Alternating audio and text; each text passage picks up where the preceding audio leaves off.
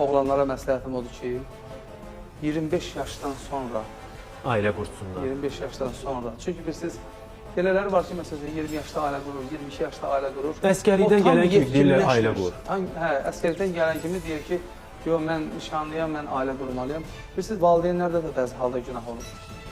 Valideynlər düşünməlidir ki, bu övladımın yaşı hələ o deyil, hələ əli çörəyə çatmır, hələ bunun evi yoxdur, bunun məsəl üçün işi yoxdur ki, məsələn, bu gətirəcəyi bir xanımı dolandıra bilsin. Çünki ailə belədir ki, bir xrustal şüşəyə bəzlədirəm ailəni, yəni o düşdü, sındısa, onu nə qədər bərpa eləsən də, o bilinəcək, o sınıqlıq bilinəcəkdir.